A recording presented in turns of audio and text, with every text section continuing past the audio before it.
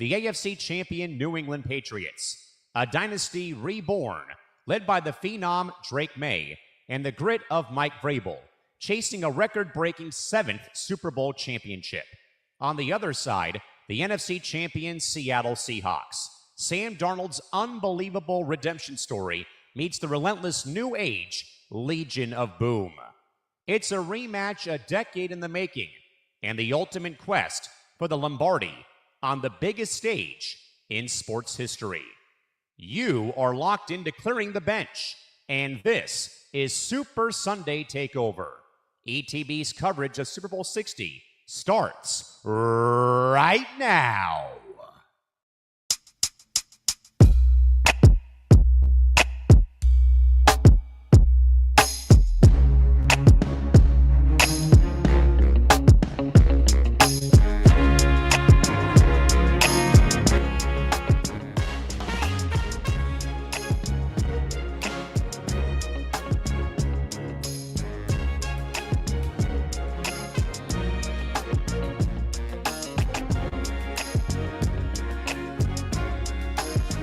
Well, we've made it to Super Bowl Sunday, everyone, and welcome to Clearing the Bench. I'm Zain Bando, he's Grant Winsauer. Ben Kruse to join us in a little bit. Grant, how are you today? I am awesome. And honestly, I have to say, Callan, great job with the intro. That is awesome. That is awesome. I loved it. And I'm sad that we are at the end of football being on TV for 6 months or whatever the actual number is. But in actuality, in 2 weeks we got the NFL Combine, so there's not really much of a break between football and, the scouting combine and everything else. So football is year round now, everybody. Yeah, and that's a perfect segue because we are also year-round now as a network. You can catch all of our content at youtube.com/ETB Network. You can follow the flagship show, The Football Forecast, at TFB Forecast ETB. And, of course, wherever you may be watching this right now, whether it's YouTube, whether it's X, we're on a bunch of different platforms. So let me just go through all of the platforms that we're currently on. We're on the main MG The Bench Podcast Network YouTube channel. We are on Grant Winsauer's Clawcast YouTube channel, which is his own separate Chicago Bears podcast. We're on my personal YouTube channel. We're on my X right now, the ETB Network X, the ETB Sports X, which is the main show I host with Nick Morganson that releases every Wednesday, and so much more. Grant, anything you want to plug from your side, because your channel is connected, before we get started with today's festivity? Yeah, no, I mean, for me, it's just, when we got forced to come over to StreamYard, I realized that I could connect my YouTube channel. So, I connected my YouTube channel to hopefully help grow, my channel. And I have 112, subscribers right now, which, I only started YouTube about a year ago. So I'm it takes a while for the YouTube algorithm to actually like you. But I'm sure that I'll get building the support system there.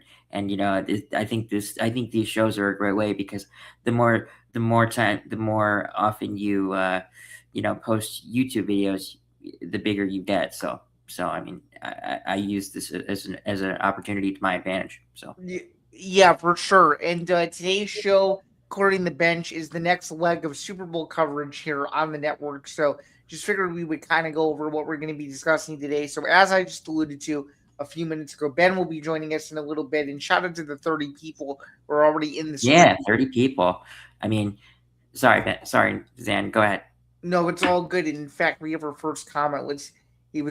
It's a shout out to Nick Morganson. Yep, thank you, Nick. Stream. Thank you for doing that. We really appreciate it. Nonetheless, I'll go and do that too. Sorry. For sure. And nonetheless, kind of what we're going to be discussing today, we're going to do a bit of a recap of the AFC and NFC championship games, because on the latest edition of Football Forecast, we really didn't do that. We talked more about just coaching carousel, and then we went into the Super Bowl itself. So we gotta return to where we were to get to where we are. Well, so we're gonna start with the championship games, and we'll get into actually previewing the Super Bowl. I don't think either of our predictions have changed, but what we will do is we will go into keys to victory for both teams. We'll go into best bets, and we'll also get into a little bit of some Bears news later on in the show as well. So looking forward to seeing all that we kind of converse about here over the next hour and a half to 2 hours or so. And of course, at the end of the show, we will plug the continuing coverage because there will be more coverage when we said the other day it was going to be a takeover. We literally meant it was going to be a takeover. So this is the first leg on Sunday of a 3 to 4 leg extravaganza, if you will. So this channel is going to be active and busy like no other. The first time since I've been a part of this network that the channel has been this active on Super Bowl Sunday, so it's really nice to see. But let's get started, though, with the AFC and NFC championship games. We obviously know who is in the Super Bowl. It's New England and the Seattle Seahawks. But we need to talk about how these teams got to where they are. So, of course, the Patriots went on the road and beat Denver in a snow globe type game, and then of course in the other game we had Seattle outlasting the Los Angeles Rams in one of the best games of the entire season, postseason or regular season. Grant, just early on, what were your thoughts on both of these games? As nearly 60 people trickle in here 7 minutes into the stream, and just kind of talk to me about whether this is the Super Bowl matchup you expected, and then we can debate a little bit as to what we think of the matchup here in the next couple of minutes. But I'll let you have the floor first. Well, thank you, Zan. First of all, but first of all, I'm gonna start with the AFC game because both the teams that were in that with the Patriots and the Broncos deserved to be in that game. However, I kind of knew that the Patriots were going to win with the Bo Nix injury happening on the second to last play of the previous game. And I know that's kind of off what we're talking about, but it's important to mention. But let me first say, in the first half, there wasn't snow on the field, and then just somehow in the monsoon of snow, the second half was just completely different, and there was like limited scoring in the second half, and the Patriots barely made it out of there. But the Patriots just with their coaching staff and with their their rapport with players just made more sense that they were the ones that were going to be in the Super Bowl. And I want to emphasize this. Everyone that is saying that the Patriots again are returning to the Super Bowl, there is something that I want to say. It is at least not the Bill Belichick. Yeah, it's the first time in the post-Bill Belichick era that New England is in the Super Bowl. Yes. Now, yeah. I do also want to emphasize this real quick. Mike Vrabel was on Bill Belichick's staff, which he was. Yes. But Mike Vrabel and Bill Belichick, even though they are kind of cut from the same cloth in terms of coaching, they're different coaches. Bill Belichick is stuck in the past of coaching type of ways. Yeah, he's stuck in the personnel wins you football games versus Mike Vrabel, where he knows that well, not just modern, but he knows that sometimes better talent is going to win you games instead of just strictly analytical based. Because if you do your homework, Belichick's core principle was kind of essentially letting his players and their accolades speak for themselves versus Vrabel knows, okay, I have the best 11 guys on the field at this point. This is all I need to do to go win, and that's what he does. Yes, I completely agree. And now going to the NFC Championship game, I actually am going to look up this. Zan, do you know the score off the top of your head? I'm going to double check it, but I think it was 34-27. Hang on. I'll check too. Seahawks. NFL schedule. 31-27. 31-20. Okay. And they played the Rams, right? That would be correct. Yep, it was the third time the two teams met. Yep.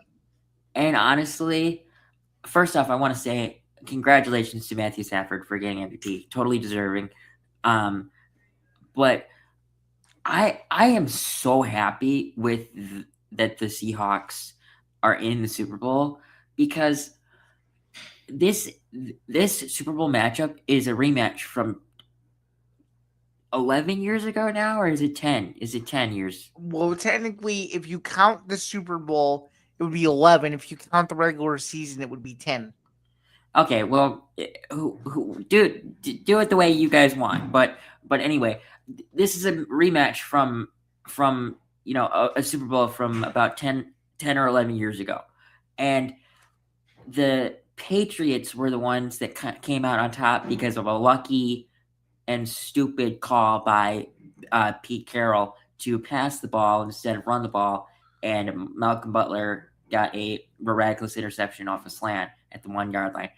I'm just going to say this. If Mike Macdonald is at the 1 yard line today, run the damn ball, run it, because it will at least give you a better chance to get a touchdown. However, I am very happy with this Super Bowl matchup because I do believe that the Seahawks are wanting revenge. And I also want Sam Darnold to, this year he has totally silenced the critics, from his post or his early career with the Jets in Carolina and all that stuff. And I want him to win a Super Bowl. And this is not me, saying that I don't like Drake Maye or Mike Vrabel. I like them both. It's just I've seen enough Patriots Super Bowls in my lifetime already that I'm kind of bored of it. So the NFC. I think a lot of people feel that way. You're not the only person to feel that type of way about it. And I thought the NFC Championship game was great. 31-27. That's 34-27. That's 31-27. You had it right. Oh, I had it right. Okay. Sorry about that. But seriously, both teams have high-powered offenses, and I am very intrigued to see how the Patriots plan to stop, Jackson Smith and Jigba, this tonight, because JSN is just he is the best wide receiver in football right now. He's the best wide receiver in football right now. I completely think that's a true statement. But I think he is. I think his numbers prove it too. I don't think you're just stating an opinion. I think his numbers back up what you're saying. Yeah, the thing is, if I'm looking at the box score right now for the Rams and Seahawks game. Matthew Stafford had almost 400 yards and 3 touchdowns against the Seahawks. He threw for 374 and completed 63% of his passes. Now, Sam Darnold. Oh no, that was the game before. I'm sorry. So Sam Darnold, the game before, had an oblique injury, which limited his passing yards, but he came back in the NFC Championship game and threw for 70% of his passes, 346 yards and 3 touchdowns. And Jackson Smith and Jigba went for 10, 153, and 1 touchdown. I don't necessarily know if Jackson Smith and Jigba is going to be able to put up a stat line like that tonight, but I'm going to say he will get a touchdown tonight. I do believe that will be on the stat on the score sheet. But I think this is probably one of the best Super Bowl matchups that you could ask for. Personally, for most of the, I will say this: I did imagine the Rams in the Super Bowl. I thought the Rams would be one of the teams in the Super Bowl, but I thought so too, and in fact, that's a perfect segue into previewing the Super Bowl. Just kind of now that we're going down that road a little bit, um, Yeah, sure. yeah, and just continue with what you were saying because I completely agree with you. I thought it was going to be Rams, New England in the Super Bowl, and I was really surprised. And in that sense, like in that scenario, if it was the Rams and the Patriots, I would still be rooting for the Rams, because I've just seen enough of Patriots Super Bowls, like I mentioned, about 2 minutes ago. But I think the Seahawks can pull this out because the Patriots have the past few weeks they've gone through very challenging teams in terms of their opponents. They beat the Broncos and they beat the Texans before the 2 weeks before this, and I just don't think that they can do it in a third time. If they do, all the power to them. But um, I just I want the Seahawks to win.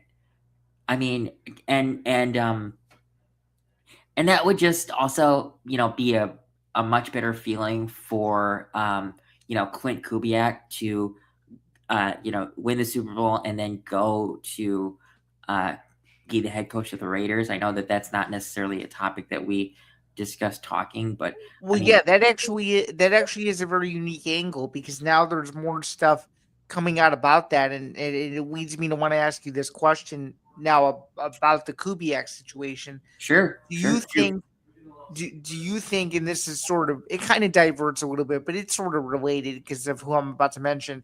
Do you think that do you think that Tom Brady's influence on Fernando Mendoza makes him a lock to go number one to Vegas in April? Because I personally think so. Well, okay. Here's my thing. So, so I believe that Mendoza will be going one to the Raiders in April. But here's the best thing that if that is what happens, the most important thing that you have to do when you have a number one overall pick and you're picking a quarterback, because there are situations where you don't pick a quarterback number one, like the Browns did it with Myles Garrett. Shoot, that's the only thing that's the only example I can think of right now. But it's very important if you're picking a quarterback that you bring in the best offensive mind you can, and that is Clint Kubiak this cycle. And I want to emphasize something here with Clint Kubiak. I know that he's only been in the league for a couple of years and he's had a couple of stops, but people are forgetting that his father was in the NFL for so long. A long time. And if anything, if he needs a resource to help him build a coaching staff, he will go to his father, and his father will help him build one of the best coaching staffs that he could ever build for his son. Oh, I think that is going 100%. to be a great resource for him. And there is a total argument that Clint could build a great coaching staff on his own. But if he wants to go to his dad and say, "Hey, could you help me, find a quality offensive line coach or a quality cornerbacks coach or something like that, or any position coach really, or any defensive coordinator option or offensive coordinator option." Now, I will emphasize this: whoever is the offensive coordinator in Las Vegas when Clint Kubiak is the head coach is more of a glorified pass game coordinator, because I believe that Clint will be calling plays because he has a great rapport of play calling the last couple of years. But I really think that the Raiders made the best hire that they could this late, in the cycle, because you know last year when coaching hires were being made, the top two were Vrabel and Ben Johnson, and Vrabel was hired like 2 or 3 days after his contract was over with the Browns. But then, and the Patriots kind of cheated because they interviewed 2 minority candidates right away, and then literally hired Vrabel. Like everyone knew that Vrabel was going to go to the New England. I mean, even though he interviewed for other jobs, his favorite was going to be the Patriots. He knew everyone in the Patriots. It just made so much sense. But then, Ben Johnson, he goes to the championship round, or was it the NFC, or He went to the divisional playoffs and lost to the Commanders. Thank you. But, I mean, he lost on that Sunday, and was hired that Monday for the Bears job. And then, reports came out, that he was going to build a superstar staff, and he took a couple of great assistants from Dan Campbell and Antoine Randall L. and JT Barrett. But my personal favorite, it didn't necessarily show that great this year, but my personal favorite hire that he made was Dennis Allen. I think it's gonna show this year after we focus the draft and free agency on defense, because we focused a lot of our resources last year on offense, and I think this year it's going to be on the flip side. Yeah, fair enough, and I think those are all very very valid points. But yeah, Clint Kubiak does have a Super Bowl to focus on before getting to Las Vegas, of course. So looking at the game itself now, I'm certainly not changing my pick. I don't think you are either. It seems like there hasn't really been much line movement from a Vegas standpoint. This is as we're doing this live, so we're 5-6 hours away from kickoff, and the line hasn't really moved all that much. Just any I guess final thoughts on this line, because this will probably be the last time we'll see it before the game actually starts. And then and honestly, I really didn't get a chance to talk about this on Football Forecast the other night, but I think the over-under is exactly where it's supposed to be. What do you think?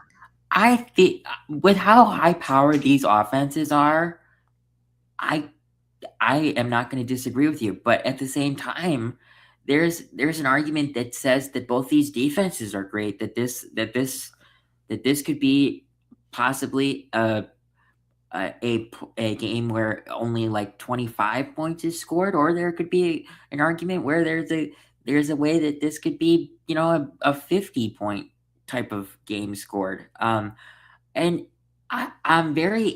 I'm wondering why the line is set at 4.5 instead of 3 or something like that, because these teams are both evenly matched. I think these teams are fairly. I think so too. I think a couple plays, and I think New England's covering this.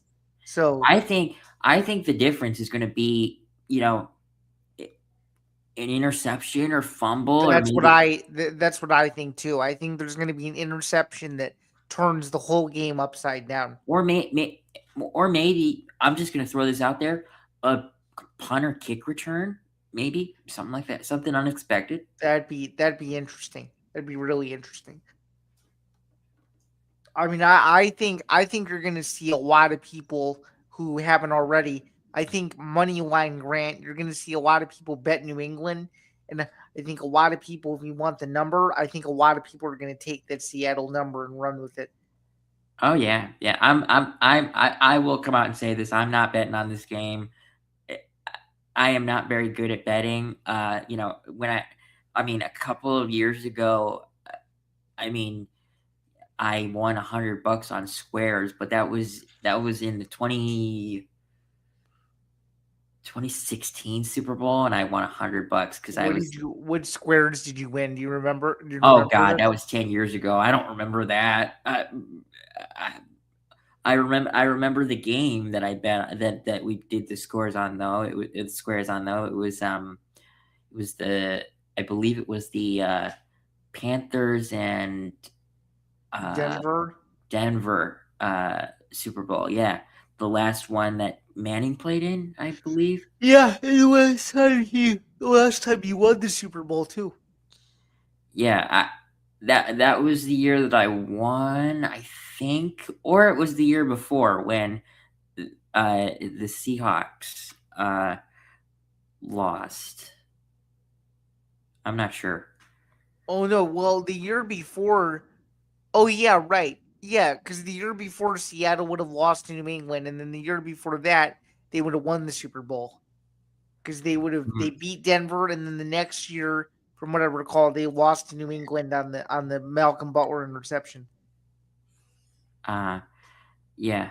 I mean, this is a great Super Bowl. I'm very happy with it, and I can't wait to see the outcome for it. And I'm just gonna say this: regardless of the outcome, I am not gonna be upset because this is a great matchup. No, I'm not going to be upset either. I just think, an argument could be made. It's a great story for both teams, regardless of who wins.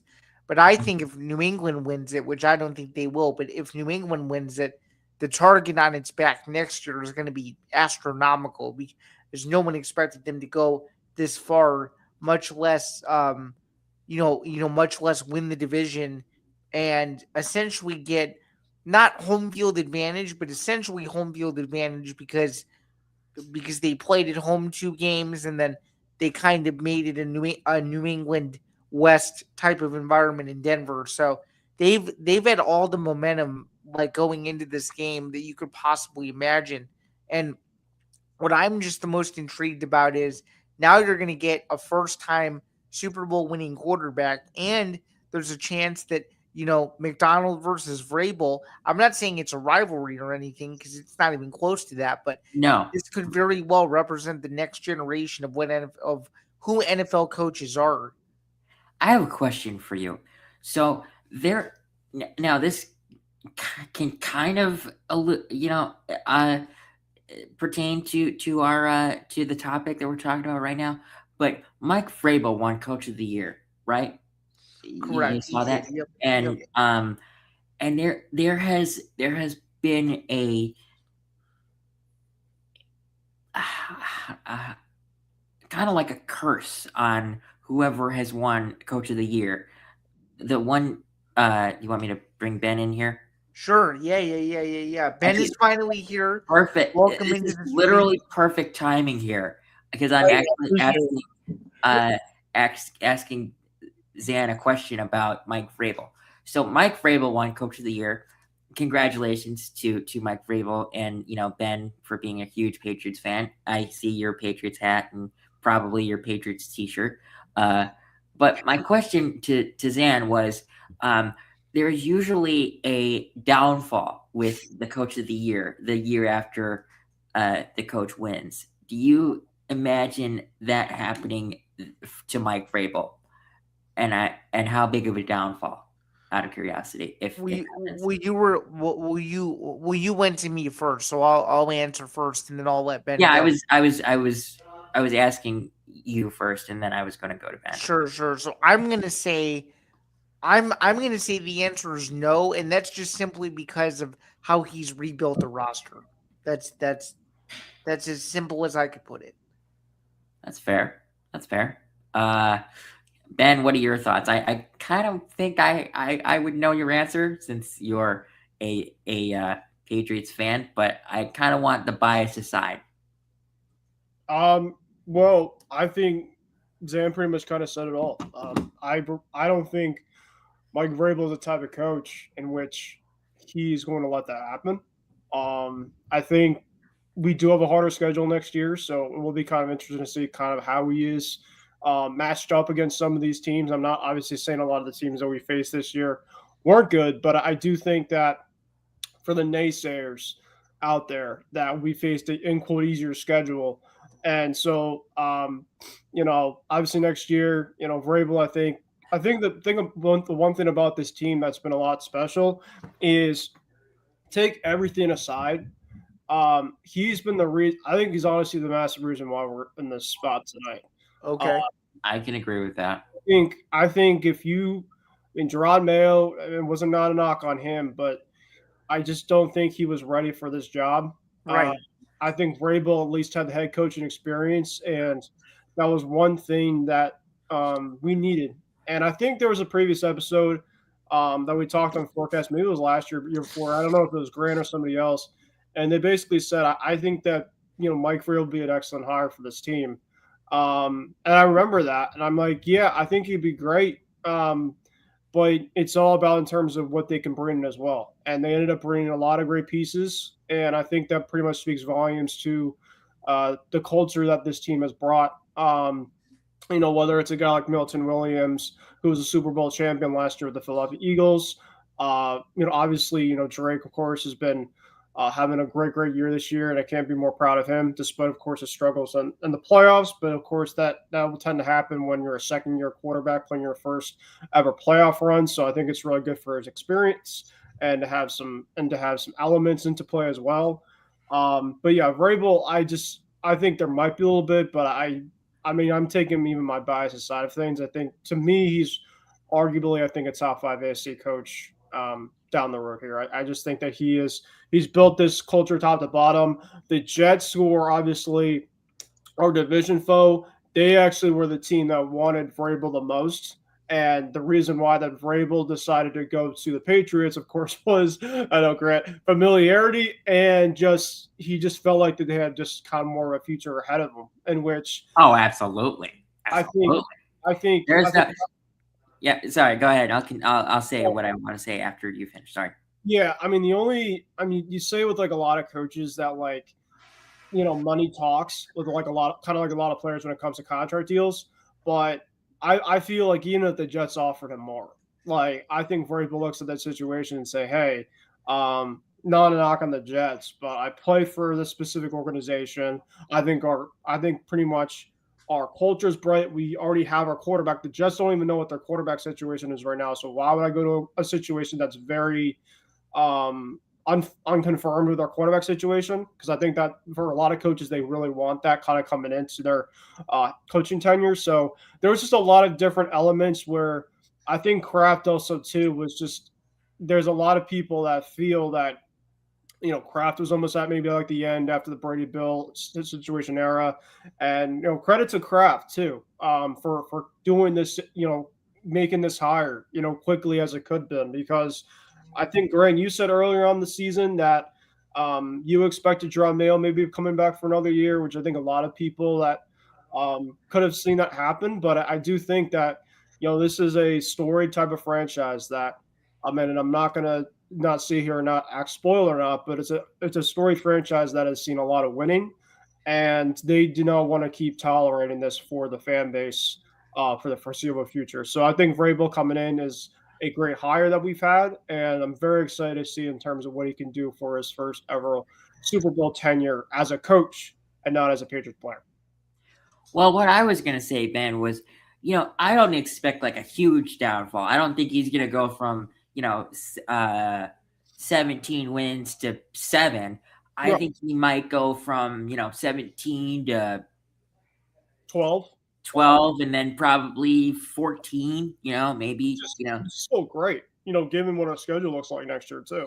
Yeah, depending on the strength of schedule. I mean, which I'm a little mad right now because, the Bears had the hardest schedule, this year and still won 12 games, and they have the strongest schedule again next year, which is total crap.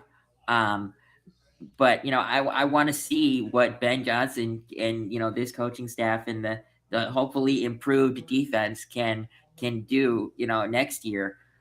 But I think that Vrabel will go from, a 17-win team to, probably a 12 in the regular season to, 14 or 15 next year, which still great. And another thing you got to take into consideration is, what does the AFC East future look like when it comes to a lot of these teams?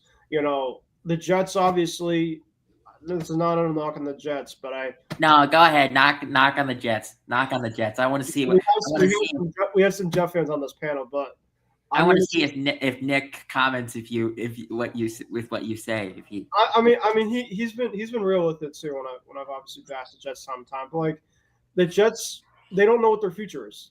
So No, they don't. And like, this is not me becoming as a hater per se. It's the honest truth. They don't know what their future situation is.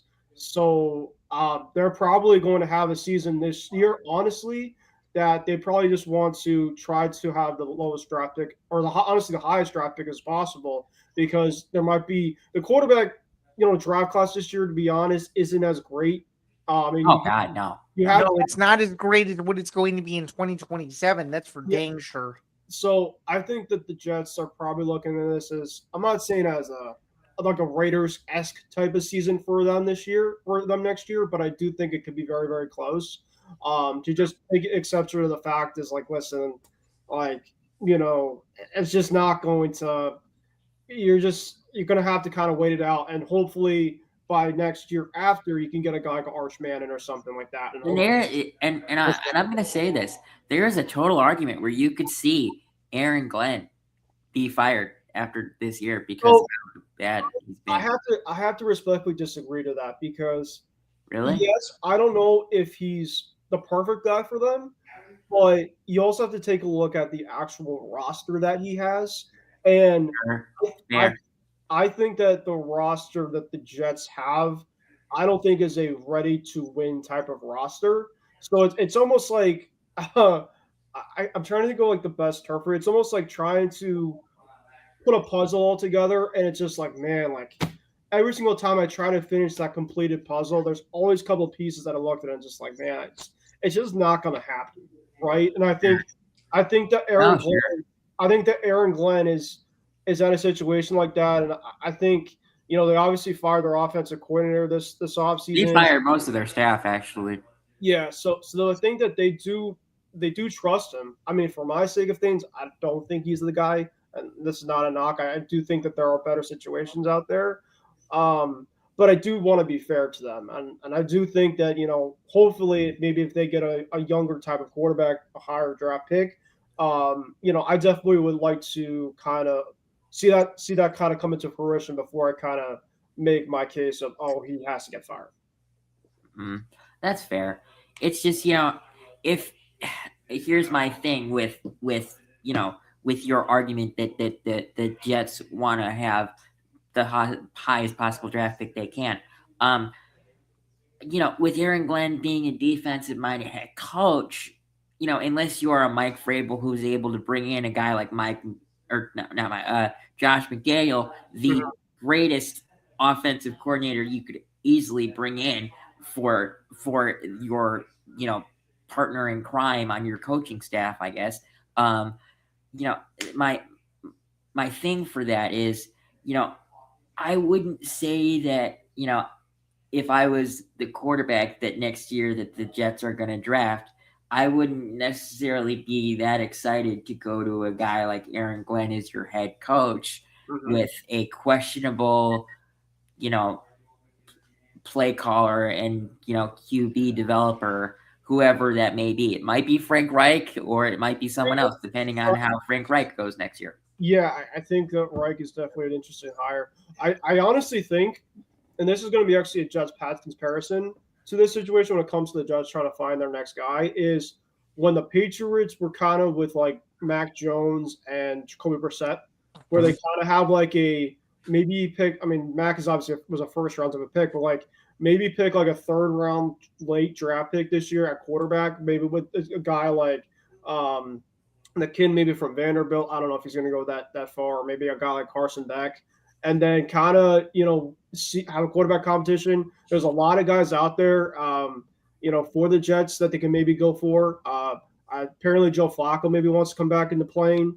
I mean, that's obviously not the most sexy pick, but he's a perfect guy to have as a backup. Look at him with the Bengals.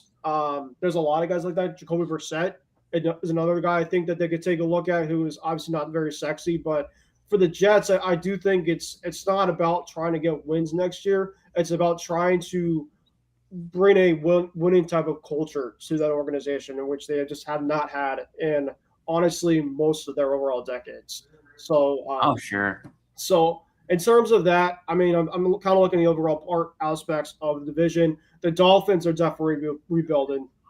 They definitely are in a massive situation where they have to figure out what happens to Tua, And I think that Tua is going to be – they're going to have to take all that dead cap and money. And I don't know what happens to Tua next, what the situation holds. But I do think that they're going to probably – I'm not saying have a Jets situation at quarterback. I think they're going to have a little bit more of a term, at least for this year. Yes. I think a guy like Quinn Ewers did some promise with them at the end of this year. I could give you a name for the Dolphins. Who would that be? You're done. Well, okay. So both of the higher up men were came from the Packers, and Malik Willis is a free agent. Yep. And the Dolphins just seem like a good fit for him in terms of going to an organization that has had a coach that he has worked with, or had a GM that he, did possibly know. I don't know how well, players know the people in the front office, but I think that Malik Willis might be like a dark horse candidate for like a bridge quarterback for them this year. I think that's a perfect actual guy to have, because I think if you're going to get a quarterback that's a bridge type of guy, you want to go younger. And then maybe, if you get a guy like Flacco or an older type of guy, make him the backup to kind of learn from maybe the young guy as the guy, go with that. But the Dolphins, they're definitely going to probably move on from Tyreek Hill. I mean, I think that honeymoon has definitely been over. He looked happy when he got injured, so that's kind of yeah, that was a little awkward. I think it's kind of more of like the error person, the standpoint. Like they look at the situation and been like, hey, like, guy like Jalen Waddle, he could have been traded this past trade deadline. Tyreek Hill, a lot of that old regime, eventually you kind of have to make some tough decisions.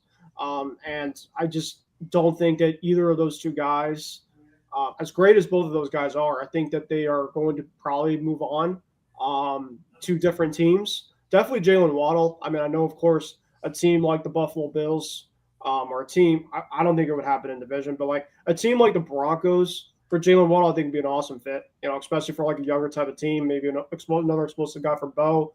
But the Dolphins, Bradley Chubb is another guy out there. They actually moved on from Jalen Phillips this past trade deadline. So like a lot of the guys that you kind of heard like rumors about maybe moving on from the trade deadline this past year for the Dolphins, I do think a lot more this offseason. It's going to be a brand new, like you kind of have to start from scratch, because if the Dolphins essentially keep pretty much run back the same exact type of team that they have this upcoming next year, you're going to pretty much be a 500 type of team. It's just going to be pretty much that. And it's not a knock on Halfley. I just don't know if Halfley has – who's their offensive coordinator right now? I don't even know. Bobby Slowick is going to be the offensive coordinator for the Dolphins. Okay. He's not a bad offensive mind, but who are you going to bring in, and has he had an experience with a guy like Bobby Slowick? That's another big thing. Because if you have a guy that knows the system, like a guy like Josh, right? Of course, a guy that bringing back Daniels, I think was a home run hire, because of course he knows the system, and of course you can work with somebody like Drake, who's a younger type of guy who has a lot of high ceiling. The Dolphins, I think, to me, the Jets I think are going to win probably best like 5 wins next year. The Dolphins probably be in I'd say the Jets 5 or 6. Yeah. And then the Dolphins, I'm probably going to say like 6 to 7. It's going to be kind of like sorry, I don't want to go. No, that in that situation, that is like the perfect, I kind of right into it, but yeah. And I just think that it's really going to be the Pats and the Bills division for years to come. And absolutely. It's going to kind of remind me of the old days, honestly, with Brady, and which it's going to be interesting to see how Joe Brady, does in his first year with the Bills as the head coach. Because I'm going to say this: it feels like this was just a Josh Allen type of hire. Oh yeah. No, he was saying in his season-ending presser. Yes, I do listen to season-ending pressers for other teams. I listen to them too. I am kind of a sick individual when it comes to that type of stuff. But Josh did make some good points. I think one of the things that he said was familiarity, and I think Joe Brady is a guy that I think is ready for the next challenge. The only thing that I do kind of worry about with Brady is I feel like this year with the offensive calling, and I don't know if it's going to change next year. We'll see what happens. I felt like there was a lot of times this year that they didn't let Josh Allen just throw it downfield, in which he's pretty much best suited for. A lot of the times it's more of the checkdowns or a lot of the screen type of passes, a lot of kind of I wouldn't say simplify more of the offense, but it was kind of more of the fact is like, dude, like you could be able to like air it out more if you had to. I mean, you have one of the best accurate deep ball passes in the game, and I don't know. Like I do think that it's going to be an interesting hire for them, but I will say is I do think the Patriots, given the fact that they have made it to the Super Bowl coming into next season, they're going to be definitely neck and neck when it comes to win totals. I wouldn't be shocked if probably their schedule will probably come either first or second. It's going to be neck and neck though. To be honest, I mean the Bills obviously have the better quarterback. This I'm not going to Drake, but of course Josh has a lot more experience. But I gotta have to take a look at what the Bills have in their offseason roster-wise. They definitely feel like they kind of seem to still have some guys that, do they bring in a guy? I mean, one of the names that I've been seeing for them is potentially Marvin Harrison Jr. If the Cardinals decide to kind of move on from some of their pieces, reportedly Kyler Murray was a guy that apparently they want to shop. I feel like Kyler Murray is more of a legitimate shot because I don't know how often it is where you actually move on from someone on their rookie contract. Yeah, I mean, he has, though, to be fair. The Cardinals obviously don't know their situation at quarterback. There's probably a lot of their guys. Like, I mean, look at a guy like, I mean, I don't think he's going to be going anywhere because I feel like he's just so loyal to the team. But this is a guy that I feel like if he could just go somewhere else, I mean, he would just be so much better than he already is. And this guy's already legit. That's Justin Jefferson from the Minnesota. Wow. I actually thought you were going to say someone else. I thought you were going to say Max Crosby. Well, him too, but I'm just talking about from the offensive side. From the offensive perspective, got it. And I mean, the Bills, I think, have been really linked up to. They need to get a true bona fide number one receiver for Josh Allen. I think that's kind of the biggest thing, and the Patriots do too. To be frank, the Patriots this season really weren't kind of in a position to go this far. I mean, that's kind of what makes this overall team special is they've been able to kind of go this far to the Super Bowl with a second-year quarterback, pretty much playing in his first full year, with the brand new coach, obviously given, of course, it's an organization he's been with. And then in terms of the offensive playmakers, I mean, it's not a knock on a guy, Stephon Diggs, but Stephon Diggs was pretty much looked at as guy as watched this past offseason. And then a guy like Kayshon Boutte, who is a really good deep threat, of course, for the system, but Matt Collins, they're complementary receivers, but, you don't have a A.J. Brown or you don't have a Justin Jefferson and you don't have a I don't know, even like a guy like Eli McConkey, right? This receiving group is pretty much a group that's pretty much just been bonded to what the system has. And I just think that's what makes it so amazing because they know that there's a lot more at stake down the road because they could be able to build now. It's now going to be another destination place to go back again because you see what you have at quarterback and you see what you have at coach. It's like a marriage, guys, right? It's like pretty much like, I see those people out there. I want to go attract to them, right? That's what in terms of what you could have when you build a winning culture organization and you have pretty much pieces ready to go for these potentially trade guys or a guy like, what the Bills are trying to do too. Yeah. Yeah, that's all well said. Let's kind of come back full circle here and let's finish up the preview of this game. We're a couple hours away from kickoff now. Ben, since you've only been here for about 20 minutes, any reactions or surprises to what the spread still remains? Did you think it was going to change at all, or do you think that, sort of what we had on Friday, given that it's now Sunday, and with it kind of pretty much remaining the same, how do you sort of feel about that? I think it's a perfect spread line right here. Seattle, I think, has just been better than us. And that's obviously a knock on this team, but I think that Seattle is playing in a much tougher conference. They just had a massive win against the MVP and Matt Stafford. I mean, that Rams team, I feel like if the Rams ended up beating the Seahawks and we played the Rams, the spread line might have been kind of more towards 7.5, and maybe it's just because of the quarterback. This is not a knock on Sam Darnold, but Matt Stafford obviously has been in this Super Bowl situation before, and of course their playmakers on the outside are just second to none. So I do think, we do kind of able to kind of move away from the Rams, because I'm still scared about today no matter what. But the Rams, I really would have had like no faith at all. I mean, not saying no faith at all, but like they just have too many offensive pieces that it's just so hard to kind of go neck and neck. But the Seahawks probably have arguably the best player whole season offensively. That's JSN.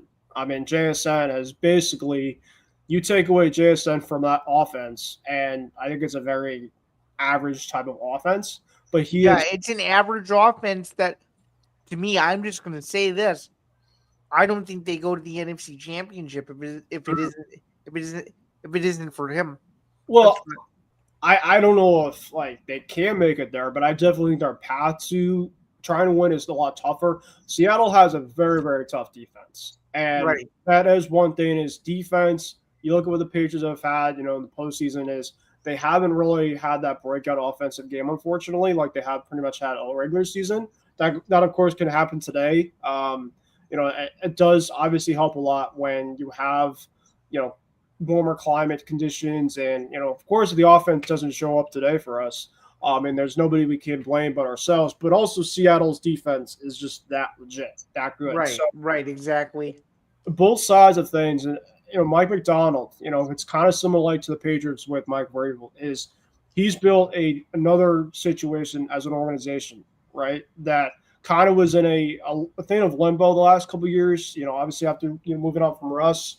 And they were kind of like us in a way. I mean, obviously they don't have a lot of the hardware that we have, but a lot of, of course it's not from you guys, but there's a lot of people, at least on social media, kind of around in terms of like they really just kind of know what to make out of the Super Bowl matchup, because it's like they're like, well, maybe like we've kind of seen this before, and which of course we have. And I don't know if people obviously want to see change and not rematches or this and that. I mean, look at Chiefs Eagles, of course that's happened a couple times recently. So and maybe it's too because of the fatigue factor, right? Obviously Grant, you're saying on the forecast about the Patriots fatigue, making the Super Bowl, which I understand, right? Because if I was a Patriot fan, I'd probably feel the same way. I was like that with LeBron and the Cavs. Beating the Celtics so many years in the playoffs. I mean, I definitely know how the overall feeling of it. But yeah, in terms of going back to this question, because I've kind of gone a little bit off the rail, but Seattle definitely 4.5. Zain, I do think is the right overall spread line here. Okay. But I also think that it's going to be a close game. And I said this on Forecast on Friday. I said that if this game is close at the end, I truly have faith that this Patriots team can get it done, because they've been in this situation before. However, the Seahawks have been in this situation also. But I do think that the Seahawks, if they get ahead and they play their style of play, this is the biggest thing I look at in terms of this overall matchup, is Seattle's a very rhythm-esque type of offense. When they're pretty much playing at their best, basically, guys, they're one of the best offenses that is third and short manageable, right? So they basically, if the Patriots aren't able to get them off the field, which of course could be happening a lot, because of course the Seattle has just a very good offense. They're playing at an all-time high right now. But I don't know if you guys know this, but Seattle is actually one of the worst offenses when it's third and long. And I think for the Patriots, their keys are being able, hopefully the defense is hopefully able to win first and second downs. They have to be able to get Sam Darnold and that offense into uncomfortable situations, because if they pretty much are playing on their real terms, I don't unfortunately see us winning this game. I just don't, because the defense is really kind of our backbone right now, and it just puts a lot more pressure on our offense to score more points than honestly it could be. I mean, I think I said this that if the Seahawks win more, the Seahawks have 25 points or more. It's not a knock on the Patriots, but Seattle just has that dominant of a defense in which if they can play on their terms offensively and defensively, it's going to be hard for us. So defensively, we're going to have to get Sam Darnold into uncomfortable situations, which, of course, we've done in the past, but it's been the ghost era. And this is a brand new different type of quarterback now. This is a quarterback that's playing at a really good level right now. He has a lot more weapons than what he's had in the past, too. No offense to the Jets, no offense to what he's had in the past. But he has JSN, Cooper Kupp, Kenneth Walker. He doesn't even have Zach Charbonnet. If they even had Zach Charbonnet, I mean, my goodness, this offense is loaded. And it also went toe-to-toe with arguably the best offense in the league last week at the Rams. So the Pats are going to have, whether it's a punt return for a touchdown, maybe a pick six, maybe you get a fumble. They're going to have to put Sam Darnold in uncomfortable situations and to win the line of scrimmage. It's simple as that. And, I mean, for Drake Maye, too. Drake, I think, has to have a good game. And I can't really fault him if it's like a Tom Brady 505 yards against the Eagles, loses, so be it, right? It's just because one of our defense didn't do the job, right? So sure, it'll be interesting. It's really going to be interesting.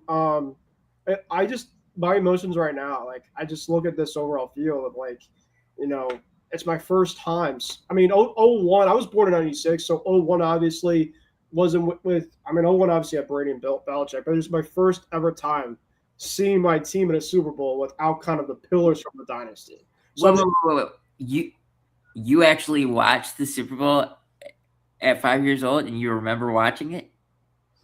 I do. I mean, I don't know every member of it, but I don't obviously remember the Adam Terry heroics and stuff. Yeah. And of course, in terms was that the snowball? Was that the snowball?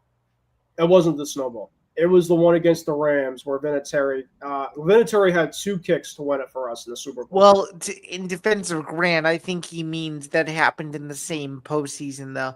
So, yeah, the Tuck Rule game in which my dad was at. So I know even more because my dad was at one of the most memorable games in the franchise dynasty era. So. Oh, no, the snowball was happening against the Eagles. I remember that. Yeah. So, and another thing, too, that the Patriots feel like they've been doing the Super Bowl is they've had a lot of rematches. they have a rematch now today with the Seahawks. They've had a rematch twice with the Giants. Unfortunately, Giant fans, of course, have had our number. I can't sit here and not deny that. Eagles, we faced twice. We're 1-1. Currently, right now, we're 1-0 against Seattle, even though I don't remember what the spread line was from the Legion of Boom game that we had against them in Arizona, but I think it was a lot closer than what the spread line is here. It was definitely very similar, but I think that Seattle definitely they didn't have the type of offense that they have this year. Seattle, one thing about Seattle, though, I am curious about is they don't throw a lot of 50-50 balls, personally. I think it's kind of more of I call it a racetrack offense. A team that just wants to go. Honestly, that's often categorized as the air raid offense. Ben, by the way, the final spread a decade ago when these two teams played was around New England minus 1.5 to 2 was the final spread. So it opened as Seattle as the favorite, and then it switched. Well, I think remember why it switched because Cam Chancellor was hurt. That's right. Yeah. He was hurt midway through that Super Bowl week. They were obviously talking about that, but fun fact: Nick Aminwari, it is going to play, but he did sustain an injury this week. Yeah, he's obviously a massive problem for us tonight. And one thing, I was listening to a pregame show this morning. I listened to a Boston Sunday radio show, and I'm at work. And they were talking about this guy in which he is a hybrid type of guy that pretty much can come at the line of scrimmage, basically be looked at as a linebacker, essentially in different situations. And kind of now going into, the offensive side of things for us to win this game, the Patriots are going to have to find a way to run the football. And it's going to be tough because Seattle has such a tough run, very similar to what they've been facing, though, in the last couple of weeks. And I think that The Patriots, if they kind of make a statement early, maybe it kind of opens eyes a little bit from Seattle side of things. There was a Boston reporter that I saw, and of course, you don't know if this is going to translate to the game, but he was saying when he was at Radio Row, of course, you guys know Radio Row from the Super Bowl, he apparently was saying that the mantra of how the players are feeling like from the week is he thinks he's seen that the Patriots players are kind of more bought in terms of a laser locked in focus. And he went to Seattle's press conferences throughout the week, and he basically was kind of saying they were kind of more of laid back. And maybe it's, I don't know, it's because of the fact of that's kind of the way they are, and that's kind of the way they prepare. And of course, that's fine if, of course, it's led to the winning for them. But I just found that very, very interesting because sometimes you have teams like that, and maybe it kind of translates maybe to today where it's a lot more locked in. I mean, heck, it's Super Bowl day, so of course you have to kind of go for it. But I just thought that was really, really interesting because, the two teams, when it happens to be the Super Bowl, usually have different type of ways that they kind of prepare. And I think that's kind of one thing to kind of look at for this game is, how do the Patriots prepare early? And I think that you have to find a way to have a balance in your offense, and you got to get some turnovers. You have to, because I know most of us on the panel said that Seattle was going to win, and I'm 100% okay with that. I'm not going to sit here and not discredit that. But I will say is if the Seahawks score more than 25 points, we don't cause any turnovers, and JSN has an absolute field day. Honestly, I think if he has a field day, saying all game, but if he has a really best field day in the first half, if we're able to kind of keep him at kind of at bay after the first half, I feel okay. But if it's like if he's taken over the game early on and often, which he's done a lot this year, we're going to be in trouble. Yeah, but it was just me and Zan here earlier. We went over the conference championship games, and I mentioned that Jackson Smith-Njigba had 10 receptions, 153 yards, and a touchdown. I did say I don't think that he gets that stat line, but I do think that he can get a touchdown or two. And who knows, maybe he does put up a stat line like this. And I'm going to say it, if he puts up a stat line like this, I don't think you guys are winning. Yeah, he is that big of a difference maker. If he puts that up, it's because we didn't prepare well enough for him. And if we prepare enough well for him and he does it, so be it. He's that good of a player, but we gotta make them feel uncomfortable in their offense. We gotta pretty much kind of I'm not gonna say punch him in the mouth, but kind of have that like underdog, mentality. Like you kind of have to just let it all out. I would argue that both of these teams, to be quite honest with you, were underdogs just because of how unlikely the Super Bowl was at the beginning of the season. So, I think both of these teams are playing with a chip on their shoulder a little bit, regardless of what the line in Vegas says. Literally, that's what I think. True, I do agree with that. In terms of the big picture, but in terms of the short term right now, like people from the outside when it comes to the Patriots, they still don't kind of see what this team is like. I think from the outside of things, people are like, okay, like Seattle, they just went through and beat the MVP. Like, there's a reason why most people are picking against us. And of course, that's understandable because of that. They're playing in a tougher conference. They have the best player, obviously, on the field. So I think for the longer picture, Zan, you're right. But I think for this overall type of game in which you look at the actual talent and in terms of what the overall media is saying, is I think that the Patriots want to make an overall statement and saying, like, we don't want to be pushed around. We're here for a certain reason. We've heard the outside noise, but we're not going to bring it to them. And we're going to want to do what we can to stay in this game and pretty much make a statement to the league that, like, we're here for a reason. Yeah. So that kind of wraps up New England's keys to victory. Now let's talk about the other side for Seattle. We've already mentioned JSN a couple of times. Are there any other keys that you guys see besides the obvious here that will lead Seattle to a potential win in this game? Because I just think overall, if their talent gets out in space offensively, I think they're going to do really, really well. And I just think overall right now, I think they carry more of the momentum offensively than New England does. And I think if it becomes a shootout, Seattle wins the Super Bowl. So, what do you guys think are the major keys for the Seahawks? I mean, I think that deep passes will be crucial, but also I'm gonna say this. I think if Kenneth Walker can get going, I think that's going to be something that the Patriots don't expect because of the fact that they're so good at usually stopping, the run. And if somehow Mike Macdonald and Clint Kubiak can scheme up a run game that can counteract the Patriots, powerhouse of a defensive line, I think if they can, show that they have the ability to adapt to any type of defense for a run game, I think that's going to be something that the Patriots don't expect. Right. That is for sure. And I don't think I really have much else to add to that. So for the final 40 or so minutes of this stream or so, we're going to do something a little bit more fun. We're going to go over what we think if we were to do this, what are the best bets of the entire evening. So I'm going to give you guys a couple of examples, and you guys tell me whether you guys think these are interesting bets or not, because I think some people have a chance to cash huge on a game like this because of the star power that both of these teams have. So here are a few that I guess we could go over. So let's start on the Seattle side.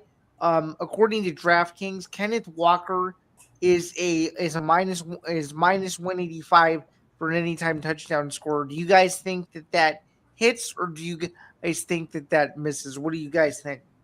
I'll go first. I think it hits. I think that Seattle, what their game plan is going to be is to attack our edges. That is one of our weaknesses. However, Kenneth Walker, if you actually look at his overall offensive tape, he's not as good as in between tackles, and that's where the Patriots are best suited for. So if he wants to go in between tackles, I think the Patriots are more built for that. But I do think if Seattle is ahead and they want to kind of play their overall game, I think that they're going to run the football more at will on us because they know for a fact that we're not stopping it. So I think it's going to hit. I think it's going to hit. I think it's going to hit, and I'm gonna even go into a little bit deeper on this. If the Seahawks are at the 1 yard line, run the ball. I'm sorry for anyone that might be listening with headphones on, including Zan. Sorry about that. No, you didn't scare me. It's all good. But if I did scare anyone, anyone that is wondering why I said that so emphatically is because you probably know the last time that the Seahawks and Patriots were in the Super Bowl together, there was a terrible play at the 1 yard line that sealed the deal for another Patriots Super Bowl. And, we were all, every Seahawks fan in that instance was including the people that aren't normally rooting for the Seahawks, but are, so used to rooting against the Patriots because they've been in so many countless Super Bowls. Everyone had their jaw on the ground because they passed the ball on the 1 yard line when they had Marshawn Lynch. So my advice to Clint Kubiak and Mike Macdonald, if you get to the 1 yard line, run the ball. And if that's how the Kenneth Walker touchdown hits, that is just going to be like the perfect type of hit for that. I'm sorry. But what's the next one? Yeah, so there's a couple more we could go over here. JSN, anytime touchdown score, minus 105 to score the first touchdown in the Super Bowl is plus 550. Do you guys like the juice, or do you guys like the conservative approach of him just scoring a touchdown at any point in the game? I'm going to go you go first, Grant. If I'm being honest, it depends on the coin toss in that situation. But in my personal choice between the two, I would probably go the conservative route and just imagine that JSN scores a touchdown at some point, because you never know with the score. I mean, the line for this game is set at 45.5. There's a total argument where you make an argument that that line is gonna skyrocket over, or you could say that there's a total argument where that under hits. Oh, by the way, if you parlay both anytime touchdown scores together, JSN and Kenneth Walker the third, your payout would be $302. Wow. So, That's something. That's from DraftKings? Yes. All of these are DraftKings. Yep. Mhm. Yep. Okay, a few others offensively that I want to go over. Ramondre Stevenson, anytime touchdown scorer at plus 150. To score the first touchdown of the Super Bowl would be plus 850, which I think is a bargain. I thought that would be a lot higher. What do you guys think about both of those potential possibilities? Since it's a Patriot, I'll let Ben go first. I'm going to go conservative. I do think he finds the end zone. I don't think he's going to have a lot of rushing yards, though. I think that the Patriots are that's fair. I think that the Patriots are going to unfortunately going to have a really hard time running the football. I'd be very, very shocked if I'm wrong, and hopefully I'm wrong because I'm a fan of the team. But I do think he'll find the end zone, because I think there'll be like a situation where the Patriots are going to be on the 2 1-yard line, and they will run the football. Gotcha. Okay. But I don't think it's going to be the first one, unfortunately. Sure. A couple others offensively. Cooper Kupp, anytime touchdown scorer at plus 255. To score the first touchdown, though, is plus 1,300. What do you guys think? Go ahead, Grant. Cooper Kupp. Well, the last time that he was in a Super Bowl, he did score a touchdown. So I think it would be cool for him to score a touchdown, honestly. I think that'd be cool. And what's the number? What's the number, Zan? Sorry. Let's see here. So Cooper Kupp is plus 255 as an anytime touchdown scorer, and plus 1,200 to score the first touchdown of the game. I would probably take the plus 255 for any time touchdown. Okay, gotcha. I don't know if he'd be the first touchdown. I feel like JSN would have a better chance at being the first touchdown. Okay, so this is where some of them get unbelievable, so don't laugh too hard. Okay, DeMario Douglas for New England in first touchdown scorer, which would be unbelievable, would be plus 3,500. Anytime touchdown scorer would be plus 750. Ben, I know the probability on that is pretty low, but is someone gonna cash a crazy amount tonight, or is someone gonna have to take an L knowing that DeMario Douglas did not score in the Super Bowl? I think someone else is going to take an L, and I like Pop a lot. I agree with Ben. Someone's going to have to take an L. But I just don't know how much Pop's going to really play. I mean, he is a really good guy against man coverage. I feel like that Seattle does run a lot of man coverage, but he, to me, is not really a touchdown scorer. He's kind of more of a yards after the catch type of guy, and it's kind of really hard to bank on a touchdown score as a yards after the catch type of guy, and when I just don't know with him. I think he's going to have his moments to have some big plays tonight, but I don't think he's going to find the end zone. Okay, and then Sam Darnold, anytime touchdown scorer, plus 850 to score the first touchdown of the game, and it would have to be a rushing touchdown. It can't be a passing touchdown for this. So anytime touchdown for a quarterback just always means rushing, right? Correct, yes. Okay. Yep. So that number is plus 3,500. No, Sam Darnold is he's not a rusher. He's not a rusher. I mean, I hope he runs a lot, because that means that we're doing really well in coverage, and he either has to find a check down or he's just running for his life, and that's not his game. So I did not say that as one of my keys to the game, but if you make Sam Darnold run for his life and make his life completely hell and miserable, we could be Super Bowl champions tonight. I just don't see it in terms of him running for his life, but he's not going to be finding that. He's not. I mean, heck, I could be wrong, but I don't think he's going to be finding the end zone on his legs. I just don't. Okay, now let's move over to some MVPs now. Sam Darnold listed at plus 120 Drake Maye listed at plus 240. Which one do you guys think is more than likely to happen tonight? Sam Darnold. Sam Darnold. I think so too. Come on. Say it.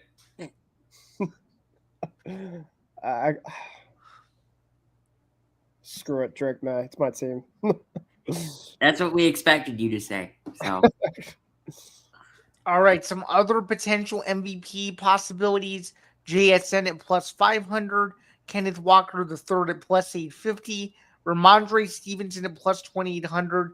Rashid Shaheed at plus 3,000. And then there's a couple others that are just unbelievable.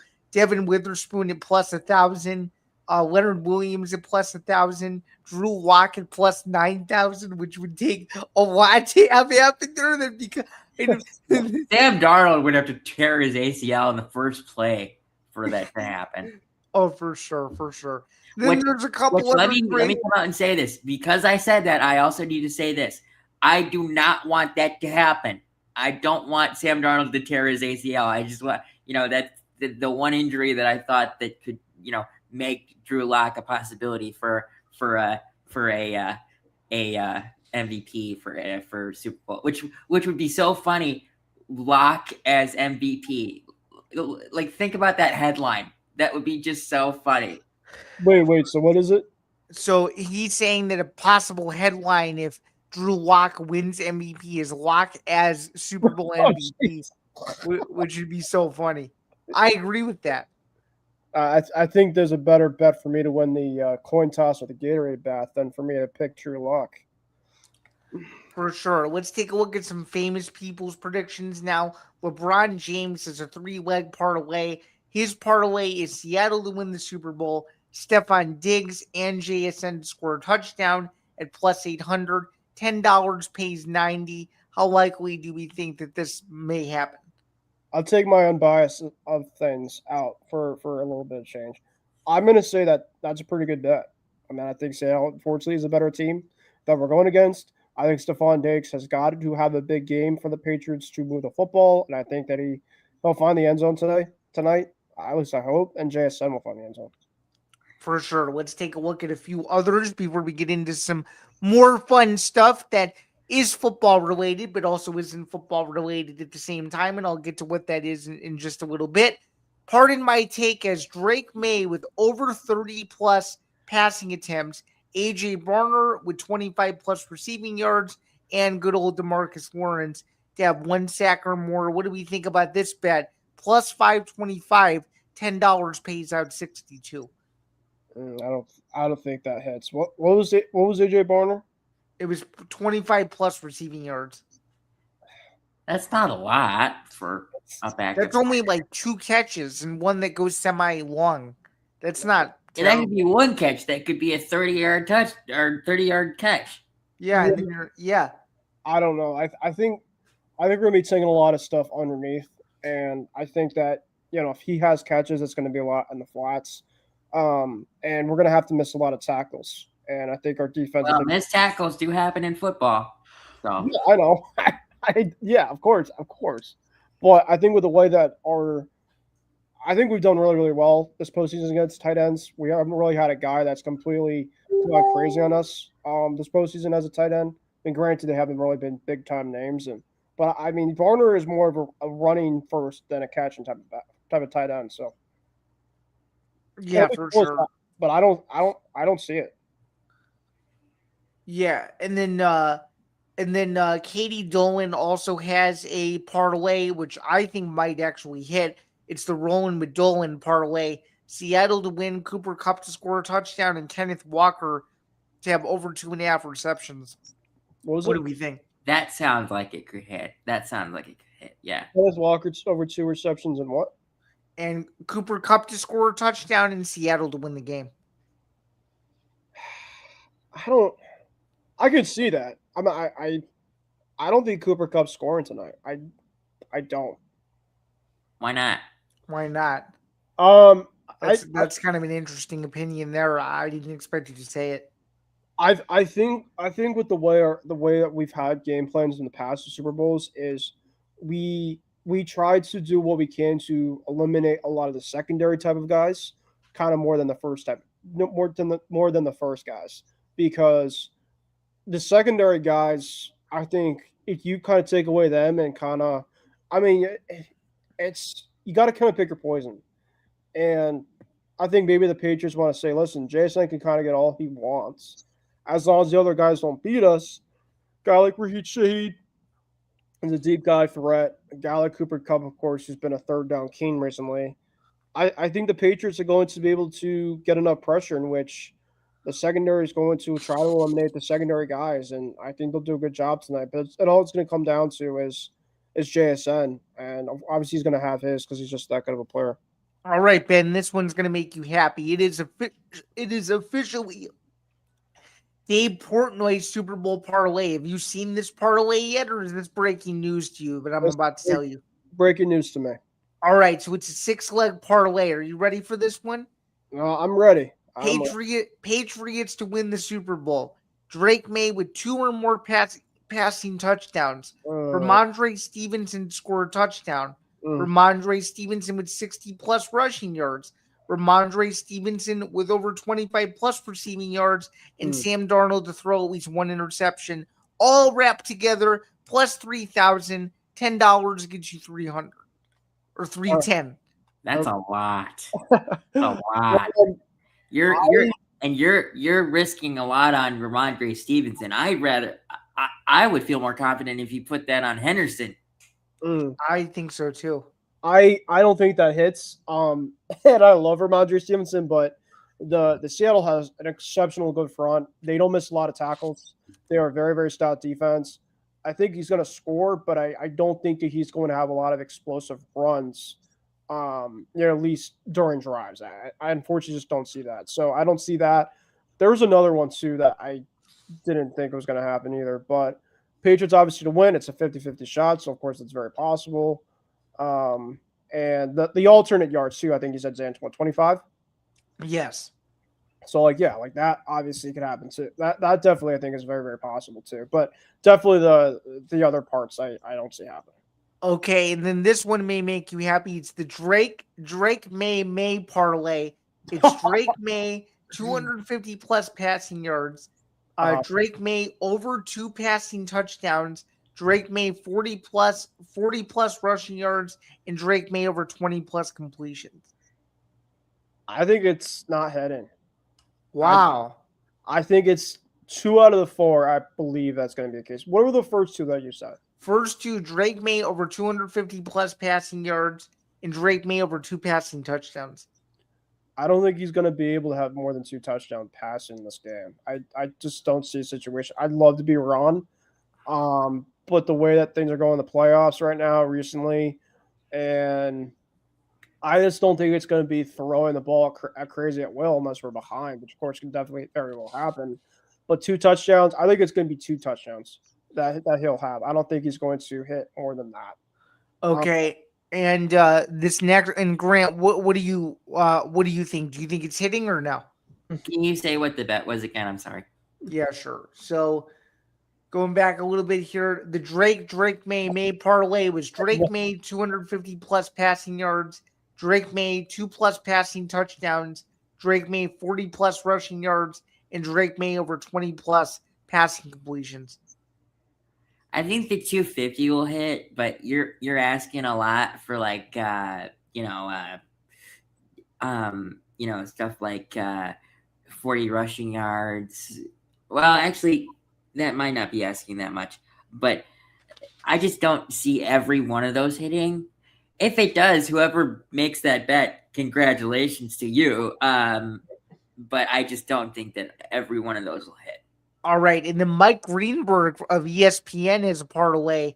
His parlay is Sam Darnold, 2+ passing touchdowns, JSN with over 7 receptions, and Ramondre Stevenson to have over 60 rushing yards. What do we think? That seems reasonable. I think that's a reasonable bet. And what I think is even more ridiculous, Grant, and I agree with you, is this parlay is plus 525. I think you're getting a bargain for this. I think the bet that you just said is a very reasonable bet to place, and a very reasonable bet to think that'll hit. I think that'll hit. Yeah, I'm amazed at how high the odds are for that, considering how logical that seems. There's an all wide receiver parlay that we haven't gotten to yet. These are very specific though. They're all first quarter receptions. Okay, Ooh. so this Ooh. parlay is at plus 490, $10 to win 59.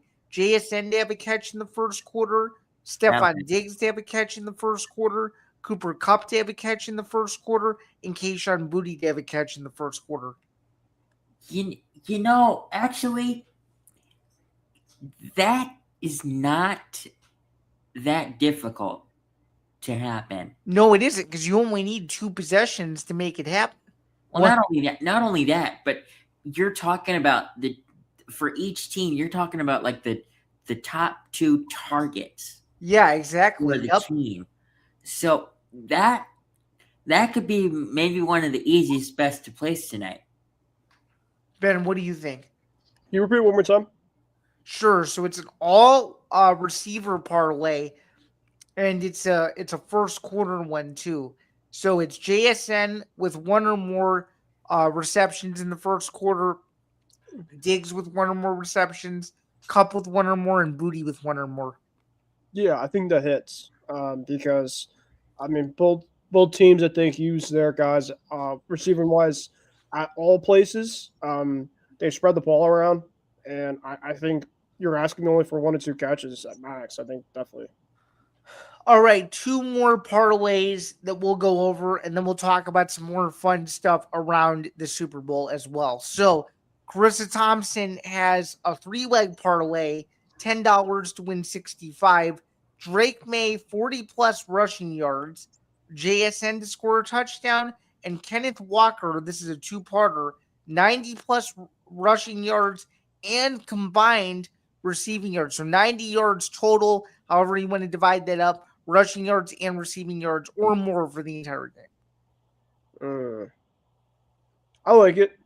I think, JSN, I think, will definitely score 1. I definitely think Kenneth Walker will score. He might score 2.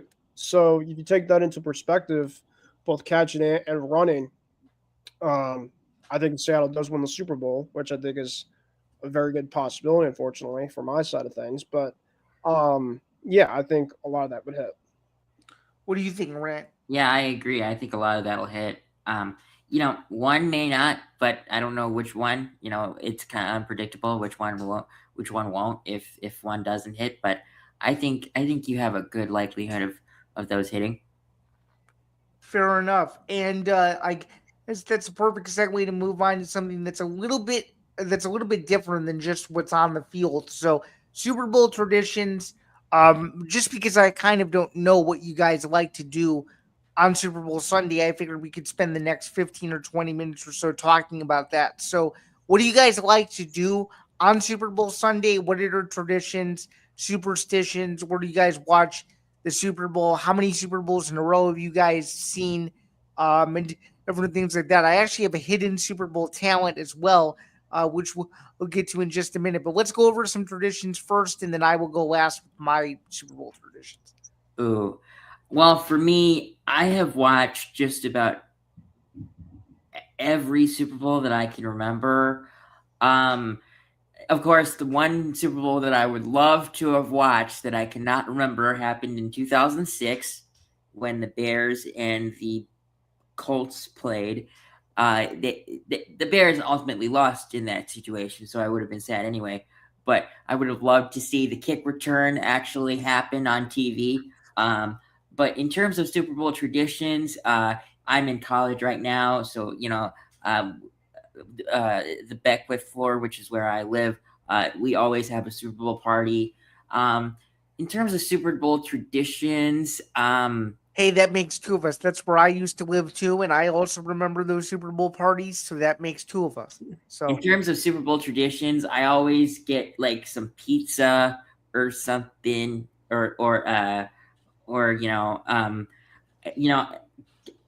this might get a little bit of hate, but I am not a Wingstop person for Super Bowl. No, Nick Grant, there's no hate at all. You're not the only one. But like in terms of, I always wear. You guys can't see it, but I am wearing a Bears sweatshirt. It's not Super Bowl related because they're not in the Super Bowl, but I always gotta wear something football related on Super Bowl Sunday.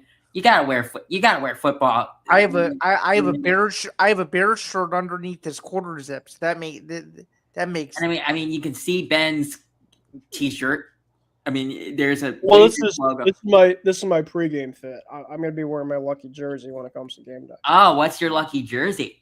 My lucky jersey, you've probably seen it before. It's my throwback retro Tom Brady jersey.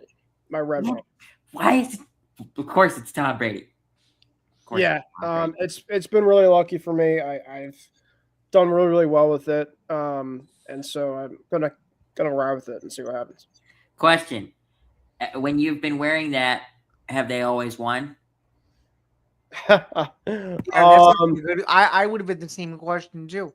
Well, I haven't worn them for all of them. I do know that. Okay, let me ask you: Did you wear it when they lost to the Giants? No. Okay, so maybe that's the reason why they lost. I don't know.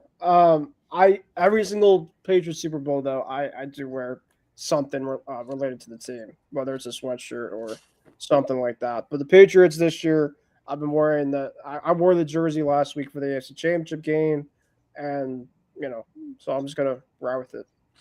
Cool. Yeah, my traditions have changed over the years. It used to be we were invited to a Super Bowl party almost every year. That used to be a thing. Mine too. But that used to be a thing when I was younger. I can tell you that from 2009 to 2012, we went to a Super Bowl party every year at a different person's house. That I remember. Did you ever host? No, we never hosted. When we would always come. He'd always go over to people's houses though. Sit in their basement and watch the Super Bowl. And then he'd have like tons of food, and we'd do Super Bowl squares, and there'd be NFL themed plates and all that fun stuff. So fun stuff. Yeah. Then the last couple years, it's kind of funny. I've had a unique Super Bowl journey the last few years. Well, 2 years ago, I was in Arizona. I didn't go to the game itself, but I was there for Radio Row up until the day after the game.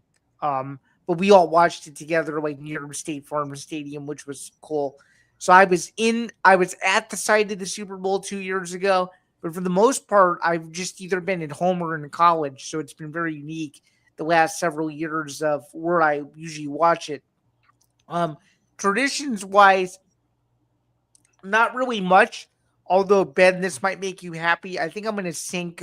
I've gotten good at doing this. This is kind of a weird superstition. I'm not a TV announcer guy when it comes to certain just sports and whoever's playing. I like to sync the radio call. So there's a good chance that I'll probably sync Zolak tonight at some point. Let's go. So it's become one of my favorite hacks. You just fire up Sirius XM, you press pause, and then you wait for the stream to catch up, and then you hit play, and then the whole thing works as it's supposed to. So it's actually quite a unique method if you're tired of hearing the same boring TV announcers, which, no disrespect, the TV crew tonight is going to do a great job, but it's just nice to hear a different perspective. Same goes for the other radio broadcasters on Seattle's side as well. And then finally, the hidden talent I have is, if you guys want to test it on me, you can give me any Super Bowl number from any year from 66 until now, and I can tell you who won the Super Bowl. I thought you were going to go most memorable. Well, I was going to say that too. And I guess we could all go around and do that.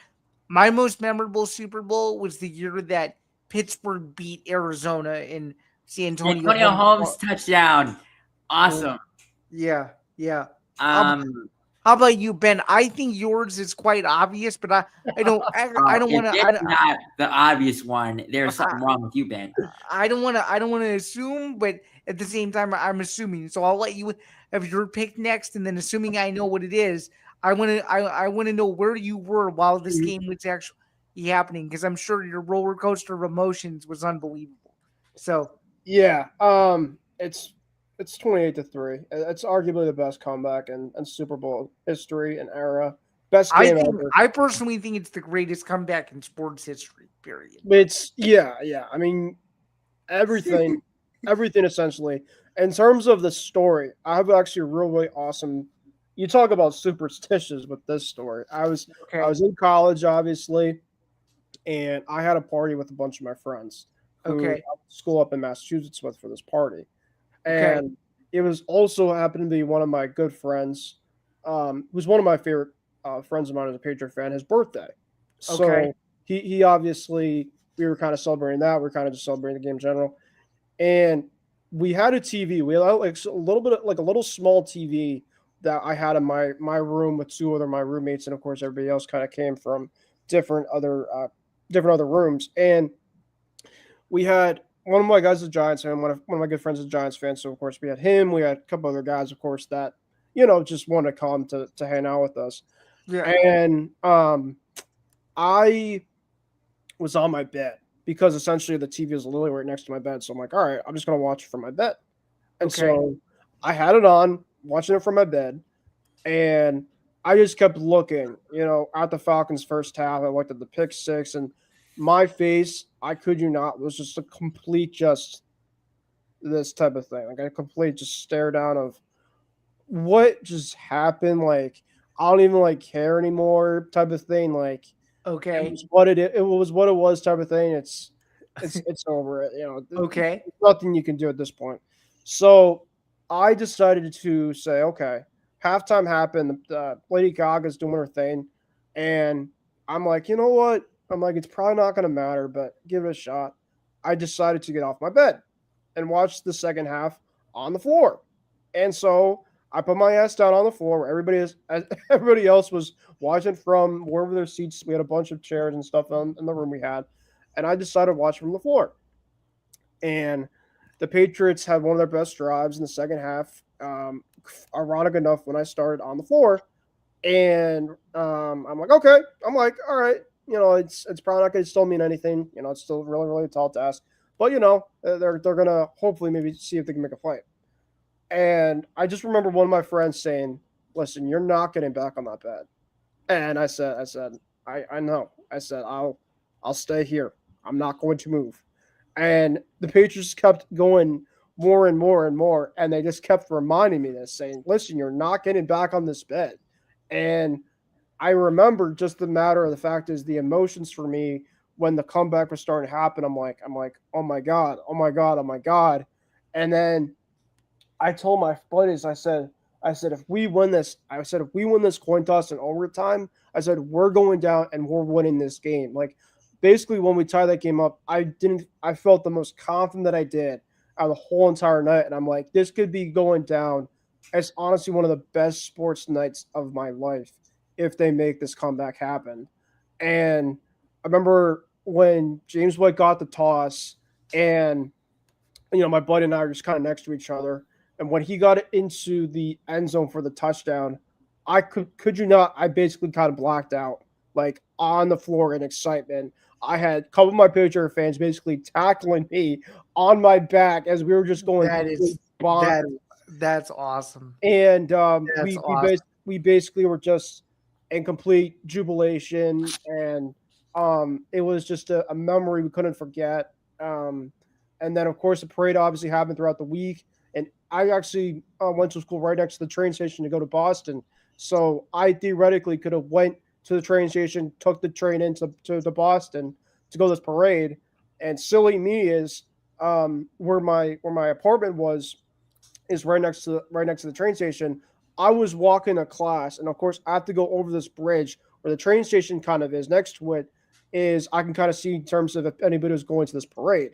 And so I'm going over this bridge, and I look to my right down in terms of people, of course, waiting for the train station, and it was a sea load of Patriots fans. Well, I'm essentially walking straight to class, to my campus, and I'm thinking to myself, I'm like, there's probably nobody that's going to be at class. I'm like, I bet everybody's just at that parade. And I'm just sitting there, and I'm just like, wow, like this What did I do? Yeah. But in terms of my actual Super Bowl predictions, so that's obviously my favorite Super Bowl. And in terms of my traditions, So just to clarify, have you ever been to a Patriots victory parade before? I wanted to. I've been to a Red Sox victory parade. There has been a lot of them on the city that I support. So you have to kind of be, situational with who you what team you ask for. Okay, got you. Okay. But I did go to the Red Sox one when they beat the Dodgers in 2018. I was at that victory parade, and that was extremely special. That was very, very awesome. And if they win tonight, I'll definitely, depending on what the day is, I'll definitely consider it, but we'll have to see what happens. The Super Bowl traditions is if my team is in it, I'll do whatever. Like, I'll just go full goals. The last couple of years, I just sat back and, kind of had snacks, just kind of, it was very, just relaxing, right? Mellow, very mellow. Okay, so in the room that you're in right now, is that where you'll watch it, or will you watch it upstairs? Oh, man. Yeah, when my team is in it, it's definitely different. I do think that I've watched the games a lot this season with my brother and my dad, and we've had really, really good luck. So I'm just gonna watch it with them and hope for the best. No, I'm saying what room specifically would you watch it in? Is it the room you're recording in right now, or is it a different room? Oh, it's gonna be a different room. No, I usually don't watch a lot of my teams down here. I usually watch it mostly on my flat screen that I have upstairs. Oh, okay. Grant, since you're still in college, I guess what is or has been your favorite Super Bowl tradition? So Super Bowl tradition, and because I've been out of your neck of the woods for a few years, how has the Super Bowl party evolved since I last partook in it? Well, that depends. Evolving. I don't really know if it's evolved because it's been in the same place that you had your Super Bowl party, and I'm positive that people brought snacks to snack on throughout the game, and and ordered and the admin cater whatever they want, or whatever is voted on. But in terms of Super Bowl traditions, for me, it's just watch with the dorm. My favorite Super Bowl, and I hate to say this because I love the quarterback that lost in the Super Bowl, but my favorite Super Bowl was whatever Super Bowl where the Broncos only scored 8 points.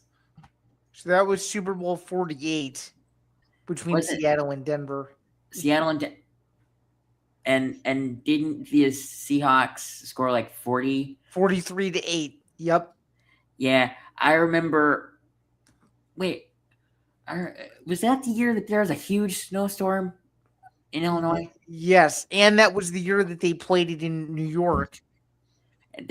That is why it's my favorite Super Bowl, because I had the day off after the Super Bowl, because little truth coming out here. The past couple of years, I have always taken the next day after the Super Bowl off from class, just because I've been so excited, but I have Spanish tomorrow and I can't skip Spanish, so I got to go to class tomorrow. I think I've been lucky enough, Grant, that when I was in school, my classes were either late or I didn't have class the next day. There was 1 year for sure where I had no class the day after the Super Bowl, and I don't remember what year it was, but for sure there was 1 year that I literally experienced that reality. I think, guys, and I want to ask you guys this, and I think this is a very, very easy answer to have. Okay. But I think for people that don't like sports or very not big sports fans like we kind of are, which by the way is totally fine. I actually know a select few people who don't like sports, but teach their own. Yeah. But do you guys think the day after the Super Bowl? Yes, I don't need to finish the sentence. You don't even need to finish the sentence. The day after the Super Bowl should turn into a national day off holiday. Well, you might get your wish at least for 1 year, because next year the Super Bowl is going to be relying on the weekend of President's Day. So I think most people the day after the Super Bowl, which is going to be on the 14th, it's going to be on Valentine's Day, because I think Valentine's Day is going to be on a Sunday next year. Yes, correct. Yep. for people that like Valentine's Day next year, you're going to have one hell of a Valentine. I mean, just imagine, to be fair, if your significant other's favorite football team was playing on Valentine's Day next year, and you essentially are like, my dear, I want to go out for a bite to eat, and you're like, no, I want to watch my team win a Super Bowl. And of course, if your team loses, it feels like your dog died or something. Like, right, exactly. Yeah, what you'll need to say to your significant other if you do agree to go out, you basically need to say, okay, we need to go to a bar, so buy a TV. I mean, that's basically probably. That's or very you may well have said. if it's you're gonna have to do like a brunch, like a Sunday, like Valentine's brunch before. Yeah. Right. Absolutely. Or another thing is, because it's a long weekend, celebrate Valentine's Day the night before. Celebrate Saturday and have Sunday. Or Friday night. Yeah, Friday night is also a popular night to go out too. Don't make it the actual day of the Super Bowl. Thing about Valentine's Day next year, it's actually not the day of Valentine's Day to celebrate. That 100%. That makes sense. It's funny. It's funny. One of my assistants, her boyfriend and hers anniversary is today. And you would usually think that the guy is the one that wants to watch the game. My assistant, who is a girl, is the one that wants to watch the game. And the boyfriend is like, no, I want to go out for our anniversary, which is, I first of all, let me say this. I mean, I am all for a romantic like that, but I mean, that's an answer I would have not expected either, Grant, to be fair. I mean, there are a few, but I don't know many girls that say, I want to watch the Super Bowl. Like, when it comes to girls, I'm used to hearing, I want to watch the halftime show or the commercials or the pregame or something like that. You know what I was thinking, guys, is if our network ever had the chance to get out together, I mean, this of course would be a massive coordination, but if we all got the chance to get to the Super Bowl experience in a certain city, I mean, that would be absolutely. The only way I'd be there if it was in Chicago, which will never happen in my lifetime because we have a terrible stadium. Well, no, we don't have a terrible stadium because where I sat for the Bears and Saints game was phenomenal, but it just wouldn't happen. What do you think, Michael? If the game was in, Grant, as one of your close friends, what do you think Michael would be doing today on Super Bowl Sunday? Well, yeah, I was going to say to you about your Super Bowl idea, Ben. The way I could do it is if the game was either in like Indy or if I needed a vacation, I could go to like Vegas or something like that. But those would be my two possibilities. In terms of what Michael's doing, he tends to watch football games with his friend with our friends from high school. I think he probably is going over to like our friend Mateo's house or something like that. But fun little snippet here. He is getting back from a cruise, like literally probably right about now or in like the next hour. Like the reason that he's not on the show today is because he's getting back from his cruise. Like if this show was at like maybe like if our show was from 3 to game time, maybe he'd be here, but like not now. It's too early now. He gets back like right before the game starts, I believe. Have you guys ever been like out of town for? I mean, obviously, like for me, of course, I was out of town like for my college stuff. But yes. Have you guys ever been like on like a vacation or like out of town? Absolutely not. Yeah, the only thing that counts for me is out of town is me being at the site where the Super Bowl was. No. For me, I've always been in school when the Super Bowl happens. Like throughout high school, middle school, and now I'm technically out of my hometown. Yes. In Champaign, but I'm still in state, so it doesn't. Yes, you sure are. You sure are still in state, my guy. But you're closer to St. Louis than you might think. So technically, you're technically you're closer to enemy territory, I guess, in terms of bordering cities, if you will, or than not. So yeah, you may be in state. You're just in a little bit of a different territory than maybe what you're used to. But you guys, you didn't let me do any superstitions, but it doesn't necessarily count for Super Bowl. But I want to mention this. So when the Bears were playing the 49ers, I am not joking about this. Every time that the Bears scored, like 2 minutes before they did, my dad walked upstairs.